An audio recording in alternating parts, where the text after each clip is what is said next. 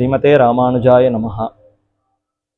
न चेत् रामानुजेत्येषा चतुरा चतुरक्षरी कामवस्थां प्रपद्यन्ते जन्तवो हन्तमादृशः.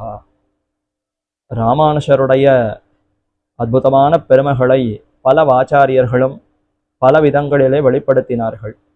அதிலே கூறத்தாழ்வான் ராமானுஷ என்கிற இந்த நாமத்துக்குத்தான் எத்தனை வைபவம், ராமானுஷங்கிற இந்த 4 எழுத்து கொண்டிருக்கக்கூடிய நாமம் நமக்கு கிட்டப்பிறவில்லை என்றால் நாம் என்ன கதிக்கு ஆளாகி இருப்போம், நமக்கெல்லாம் என்ன உஜ்ஜீவனம், நாம் யார் என்கிற ஏதுமே தெரியாமல் எங்கேயோ சம்சாரத்திலே தான் உழன்று கொண்டிருப்போம்.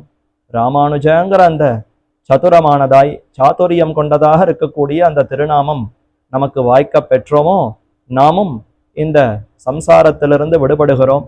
எளிதிலே விடுபட்டு ராமானுஷருடைய அருளாலேயே முக்தி பெறுகிறோம். அப்படிப்பட்ட ராமானுஷ நாமத்துக்கே வைபவம் உண்டு. நாமத்தை கொண்டிருக்கக்கூடிய ராமானுஷருக்கு நிச்சயம் எண்ணில் அடங்காது மனதிற்கு எட்டாததான பெருமை உண்டு என்று சாதிக்கிறார்.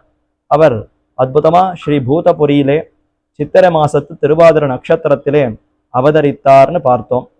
அப்படி அவதரித்த ராமானுஷருக்கு பல பெருமைகளை விண்ணப்பிக்கக்கூடிய கட்டியங்கள் சேவிக்கப்படுகின்றன. ராமானுஷர் தாமும் எம்பெருமானையும் பிராட்டியையும் பல்லாண்டு பாடுவதற்காக எழுந்தருளுகிற சமயத்திலே இதோ இப்படிப்பட்ட பெருமைகள் கொண்டிருக்கக்கூடிய ராமானுஷர் எழுந்தருளுகிறார் என்று சொல்லக்கூடிய வாக்கியங்கள் அதுவே கட்டியங்கள்னு சொல்லப்படுகின்றன.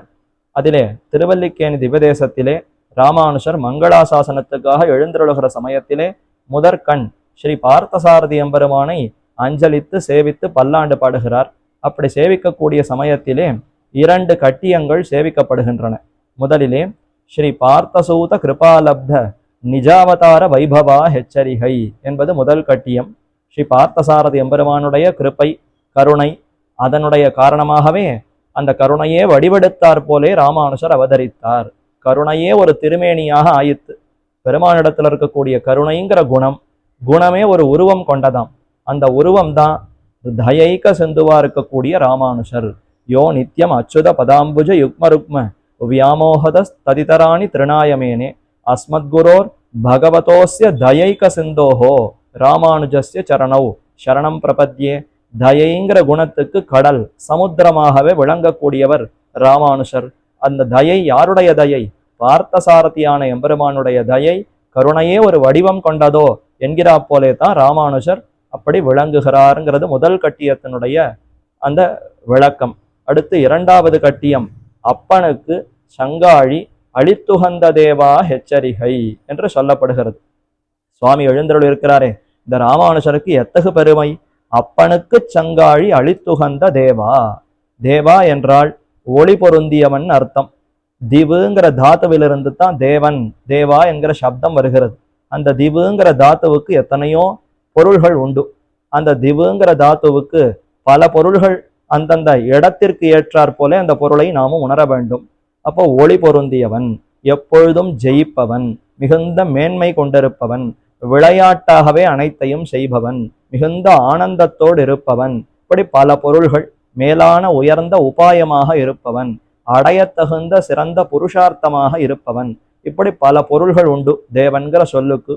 இவ்விடத்திலே அழித்து உகந்த தேவா என்றால் உகப்பு கொண்டிருக்கக்கூடிய தேவன், மிகுந்த மகிழ்ச்சி ஆனந்தம் கொண்டிருக்கக்கூடிய தேவன், அதனாலேயே தேவனாகிறார் என்று ஒரு அர்த்தம். அல்லது அந்த உகப்பினாலே பிரகாசிக்கிறார். ஒரு சந்தோஷம் அதிகமாச்சுன்னா அப்ப திருமேனி மிளறுகிறது. அந்த ஒளி தேஜஸ் 1-2 மடங்காகி பிரகாசிக்கிறது. அப்படி பிரகாசிக்கக்கூடிய தேவனாக இருக்கிறார் என்று தேவா ஹெச்சரிகை. அப்படி வைபவம் கொண்டிருக்கக்கூடிய ராமானுஷர் வந்திருக்கிறார். எதனாலே அவருக்கு இத்தனை பெருமை? என்ன உகப்புன்னா, இதோ அப்பனுக்கு சங்காழி அழித்துகந்தார். சங்கு ஆழி திவ்யமான ஆயுதங்கள். சங்கு பாஞ்சசன்யம், ஆழி சக்கரத்தாழ்வார், சுதர்சன ஆழ்வார். ஸ்ரீ சுதர்சனத்தையும் பாஞ்சசன்யத்தையும் 2 ஆயுதங்களையும் அப்பனுக்கு கொடுத்தார். அப்பன் என்ற சம்பிரதாயத்திலே சொல்லப்படுவது திருவேங்கடத்து அப்பன், திருவேங்கடமுடையான், ஸ்ரீசைலம் என்கிற திருமலை.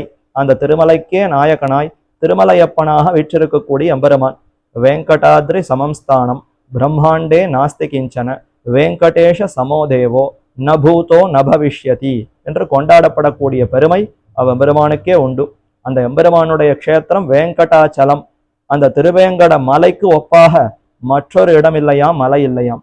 சரி, அந்த மலையில இருக்கக்கூடிய மலையப்பனான வெங்கடேசனுக்கு சமமாக மற்றொரு தேவன் இல்லை. வெங்கடேஷ சமோ தேவோ ந பூதோ ந பவிஷ்யதி. இதற்கு முன்பும் இருந்ததில்லை, இனி பின்பும் இருக்க போவதில்லை. அப்படி ஒத்தாரும் மிக்காரும் இளையாய மாமாயனான தேவனான திருவேங்கடத்தப்பன் அவ்வெம்பெருமானுக்கு சங்கு ஆழியை எம்பெருமானார் கொடுத்தார். உலகத்துக்கே நாயகனாய் ஜகத்துக்கு சுவாமியாய் உபய விபூதியும் கொண்டிருக்கக்கூடிய திருவேங்கடமுடையானுக்கு, அப்பேற்பட்ட அகிலாண்ட கோடி பிரம்மாண்ட நாயகனுக்கு இவர் என்ன கொடுப்பது? அவரிடத்துல சங்கு ஆழி இல்லையா? சுதர்சன ஆழ்வாரும் பாஞ்சசன்ய ஆழ்வாரும் இயற்கையிலே எம்பெருமானுடைய திவ்யாயுதங்கள் தானே. அப்படி இருக்கிறச்ச இந்த ராமானுஷர் என்னமோ அவருக்கு சங்கு ஆழி ரெண்டுத்தையும் கொடுத்தார், அழித்து உகந்தார்னு சொல்லப்படுகிறதேனா ஒரு விளையாட்டுக்காக அவ்வெம்பெருமான் தன் கையிலே எப்பொழுதும் பற்றி கொண்டிருக்கக்கூடிய அந்த ஆயுதங்களை தன் கையிலே பற்றி கொள்ளாமல் நின்று கொண்டிருந்தார். ஒரு சமயம் தொண்டைமான் சக்கரவர்த்தி என்கிற அரசர், அவர் சிறந்த அந்த பக்தராக விளங்கினார். திருவேங்கடமுடையானிடத்துல அலாதியான அன்பு கொண்டு சரணாகதி செய்து அவ்வெம்பெருமானுடைய அந்த கைங்கரியமே தமக்கு புருஷார்த்தம் என்று விளங்கினார்.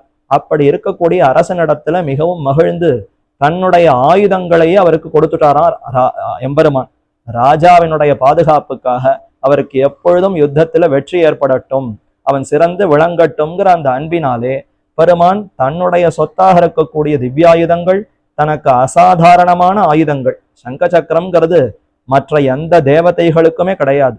தேவர்க்கும் தேவனான தேவாதி தேவனான எம்பெருமான் ஒருத்தனுக்கே இன்றியமையாத தனித்துவமான அடையாளங்கள்.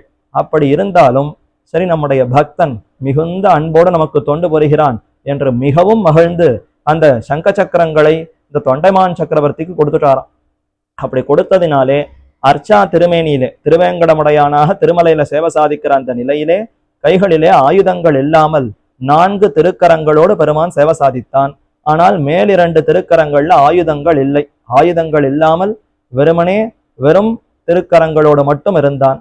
அப்படி இருக்கிற சமயத்திலே மற்றையோர்கள், மற்ற சித்தாந்தங்கள், மற்ற மதங்கள் அவர்களெல்லாம் ஆக்ஷேபம் செய்தனர். இவன் விஷ்ணுவல்ல, இவன் ருத்ரனே என்று சிலர், இல்லை இவன் குமரன் முருகன் தான் இவன் என்று சிலர். இப்படி ஒவ்வொருத்தர் ஒவ்வொரு தேவதையாக தங்கள் தங்கள் மனதிற்கு எட்டுகிறா போலே வாதம் செய்ய பெரிய பிரச்சனையாகிவிட்டது.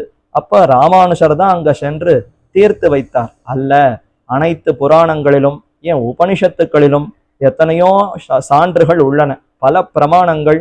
இதோ திருவேங்கட மலைங்கிறது விஷ்ணு க்ஷேத்திரம், விஷ்ணு தான் இங்க எழுந்தருள் இருக்கிறார், உலகத்தையெல்லாம் தாவி அளந்த எம்பெருமான் அவனே இதோ இந்த திருவேங்கடமுடையானாக சேவை சாதிக்கிறான்.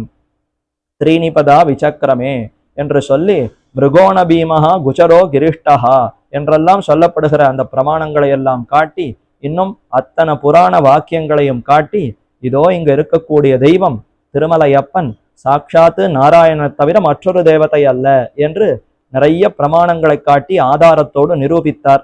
ஆனாலும் அந்த மற்ற மதத்தை சேர்ந்தவர்களெல்லாம் அதை அப்படி இசையவில்லை.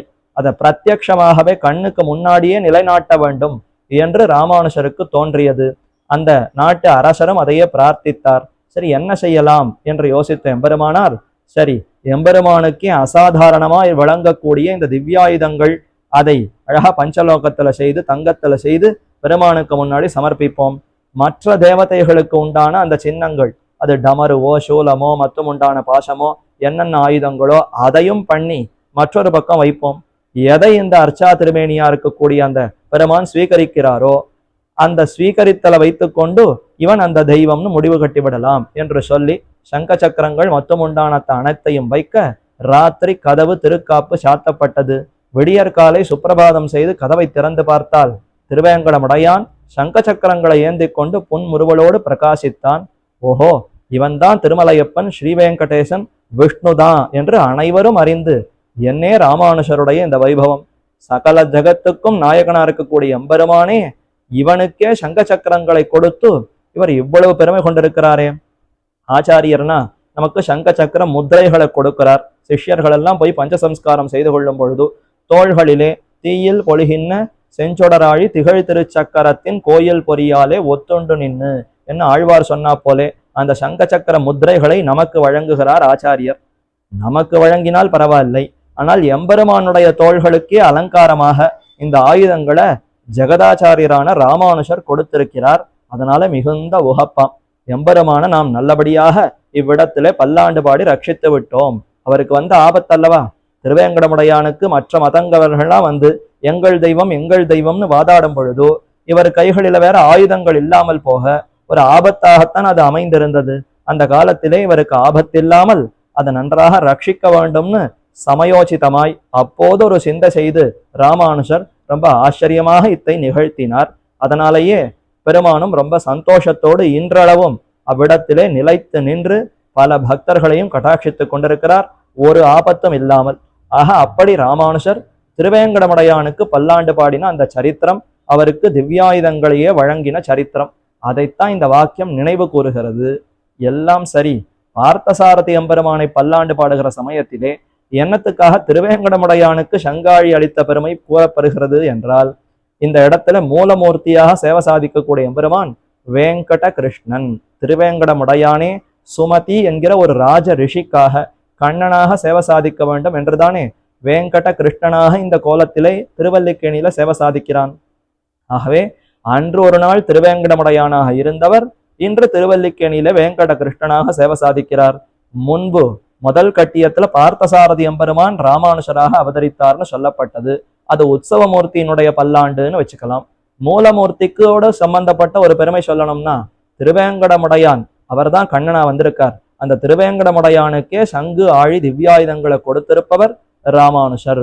அத்தகையவர் வந்து இதோ இங்கும் எந்த ஆபத்தும் இல்லாமல் சுரக்ஷிதமாய் எல்லா உபச்சாரங்கள் கைங்கரியங்களும் இவருக்கு ஒழிவில் காலமெல்லாம் உடனாய் மண்ணி வழிவிலா நாமும் புரிய வேண்டும் என்கிற அந்த எண்ணத்தோடு ராமானுஷர் வந்து நிற்கிறார். நாமும் அந்த ராமானுஷரை பணிந்து பல்லாண்டு பாட வேண்டும் என்றுதான் இந்த கட்டியத்திலே அப்பனுக்கு சங்காழி அளித்து உகந்த தேவா எச்சரிகை என்று அற்புதமாக விண்ணப்பிக்கிறார்கள்.